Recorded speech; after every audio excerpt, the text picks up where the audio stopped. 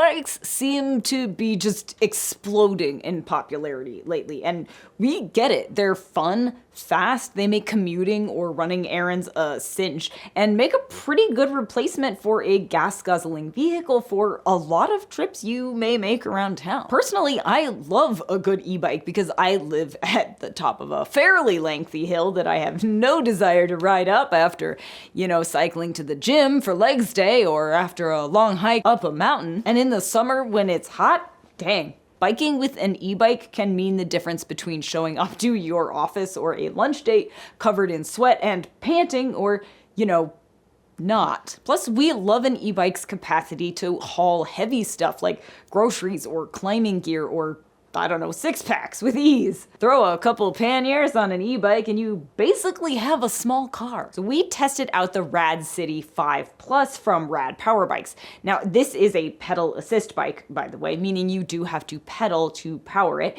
though there is a throttle for temporary power bursts. Now, the brand offers a wide range of bikes and accessories, from bikes with seating for an extra person to cargo bikes to folding bikes to fat tire bikes. Why didn't we test a fat tire bike? Honestly, because while the website says it's for off-road adventures, it's not full suspension, so it still can't be classified as a mountain bike. It's more of a commuter bike with bigger tires. And those are just harder to ride generally. No, we figured the bike that would be most useful and versatile for most of you is this one, the RadCity 5 Plus. It's designed like an around-town commuter-style bike. It has medium-width tires that are perfect for pavement and even packed dirt paths, front suspension, safety lights, a comfortable upright riding style, and comes with a rear rack so you can mount anything from, boxes of new hiking boots to panniers loaded with freeze-dried backpacking meals, or whatever. But let's get into it a little deeper, shall we? Now, for starters, this is obviously the orange color. There's also a white and charcoal gray version available if more muted tones are your thing. It's a step-through style frame, which honestly isn't usually my favorite. I just tend to prefer a more traditional style of bike with a top tube, but frankly, the step-through makes more sense for this ride based solely on how heavy it is and, well, how small I am. See, the bike itself weighs 64 pounds. That's a freaking hefty ride. It's not one of those lightweight and easily portable e-bikes. Plus, I'm gonna wanna put panniers on the rear rack, so if we combine the weight of the bike with the weight of bags and whatever I put in them, and then I have to tilt the bike at an extreme angle in order to swing my leg up and over a top tube, I could definitely see having a problem with keeping it upright without losing my balance. But again, I'm small and that may not be a consideration for everyone, just throwing it out there. That said, if you are on the other end of the height spectrum, super tall, if your standover height is higher than 33 inches, that's the distance between the floor and your crotch, by the way, Rad says you may be too tall to comfortably ride this one and may want to check out the high step version instead. That's the one with the top tube. Anyway, as for other aesthetics, this is very clearly an e-bike. There's absolutely no denying that fact. It looks like an e-bike. There's a giant battery pack on the down tube that you just can't miss. But again, that's only a problem if you're trying to be incognito with your e-bike. I don't know.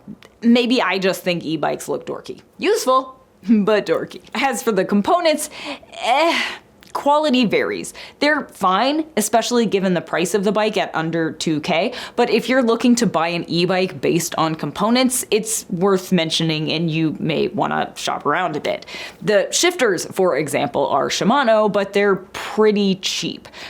Classic and very simple moving parts that probably won't last a super long time, especially if you're rough with your handlebars. The kickstand seems sturdy though, and I actually do love the front chainring guard. It's made of metal, not plastic, and coupled with the solid crank arm that's all kind of like one machined part, feels incredibly sturdy and well made. I was really impressed. And yes, this is a 1x, meaning there's only one gear in the front and 7 in the back. It's better this way. trust me. The front shocks are fine, though not particularly squishy. They are just a coil fork. They are adjustable, but the adjustments don't seem to make a major difference, so I guess keep that in mind. There is a bike bell attached to the handlebar, which I appreciate, but it too isn't particularly well made, just a cheap little bell. I do like the placement of the throttle though. It's on the right handlebar, and instead of depressing it with your thumb as you might with some other e-bikes, you twist it toward you for a little extra get up and go. It's actually very easy to use while riding and helps you get started from a stopped position, which is nice with a bike this heavy, especially if you forgot to downshift before stopping, which I do all the time. The LCD screens and power functions are all close at hand and very easy to read even on the go, so that's nice. Now, the bike did come with a front and rear fender for the wheels, but I removed the front fender immediately. Not only is it just cheap plastic and so kind of wonky and bendy, but on my first ride out, well, the back of the fender sticks out so far that it caught the toe of my boot when I was turning. No bueno, so that's gotta go. One thing that's missing that's actually kind of irritating is a water bottle mount. As in, there are none. You can't attach a water bottle holder to this bike, which is really annoying. You either need to purchase a handlebar accessory if you want to carry a water bottle on your bike, or strap one to the rear rack, which could bang up your bottle pretty good depending on what type it is, or drop a bottle in a pannier if you happen to have them, but that makes them fairly difficult to get to easily if you're, trying to hydrate while you ride. So frankly, I think that's a big miss here. There should definitely be a water bottle holder or at least mounts on the bike frame itself. I mean, there's plenty of room. So what, you say? Maybe you don't ride with a water bottle, or you always put one on your rear rack, or you're always carrying a backpack with water bottle pockets, whatever. That's totally fine, and in that case, this won't be an issue for you. But what I find most irritating about this situation is that I can't attach my Nog Scout bike alarm.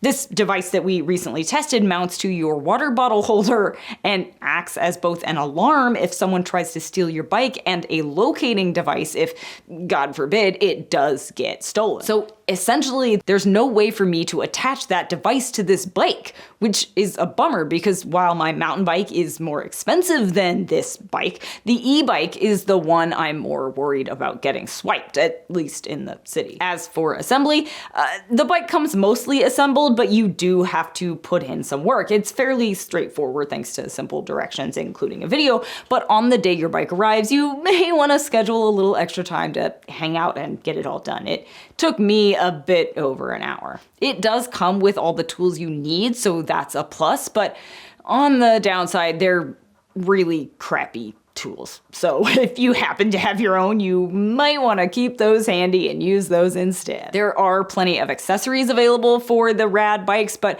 I grabbed the most useful ones, in my opinion. A pair of panniers to hang on the rear cargo rack. As panniers go, they're fine. I appreciate the large reflective details and the water-resistant materials, but there's nothing too special about them. There's a good chance I'll be replacing one, at least, with my Fjallraven Specialized Cool Cave hard-sided pannier. It's just easier to use for most things. As for the ride itself, really nothing to complain about here. The pickup is smooth, unlike with many other budget-friendly e-bikes. I felt that I could pedal while making tight turns without being flung off my bike or, into a curb.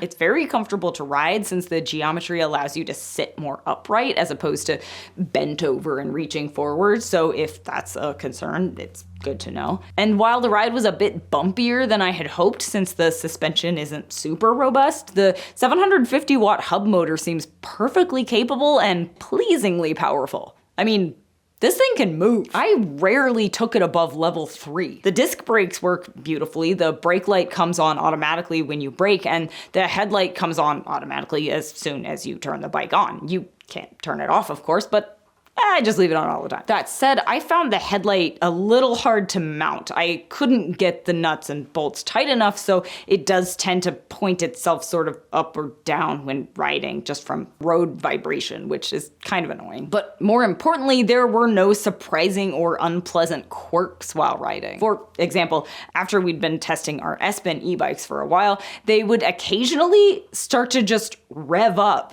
after we stopped. It was terrifying and very unsafe. And we couldn't figure out what the heck was happening or why they were doing that. But the Rad doesn't do that at all. And it never felt awkward to stop or jerked you forward at the tiniest quarter pedal stroke. You know how that can kind of be on e-bikes. As soon as you start pedaling, you just lurch. The Rad doesn't do that. The battery comes off easily with the help of a key so that it can't be easily stolen. There's a battery indicator on the front that you can push to get a quick glimpse at how much life is left. And it should last between 28 to 50 miles per charge, depending on, how you ride and the power settings, which I found accurate. In my first week of testing, I went 17 miles and the battery wasn't even halfway depleted. Overall, despite the very ugly mess of cables at the front of the bike, it's a pretty solid ride. It's fun, it's fast, it can carry up to 275 pounds, and it really is in a sweet spot between riding comfort, utility, and practicality. It's a solid bike that will suit a ton of riders. Plus, Rad offers a 1-year warranty on their bikes and partners with local bike shops all over the US for repairs and such. The brand even offers battery recycling at their shops, which is important because, batteries do die. It's a good choice of an e-bike for, I would say, first-time e-bike owners and those who aren't obsessed with components or a super portable ride. It is really heavy, but it does what it needs to do and it does it well. Anyway, we'll drop a link to the RadCity 5 Plus below so you can check it out for yourself. Then, I don't know, watch some of these other bike-related videos. Subscribe and ring that bell so you don't miss our upcoming Ride One Up e-bike review. And then follow us on all the socials. We're at Terradrift on Insta, Facebook, and Twitter. Or, I don't know, X. Whatever it is now. Then get yourself on a bike and wander on. I really wanted to say get on your bikes and ride, but I think I've done that a few times now, so I won't do it again. Just wander on.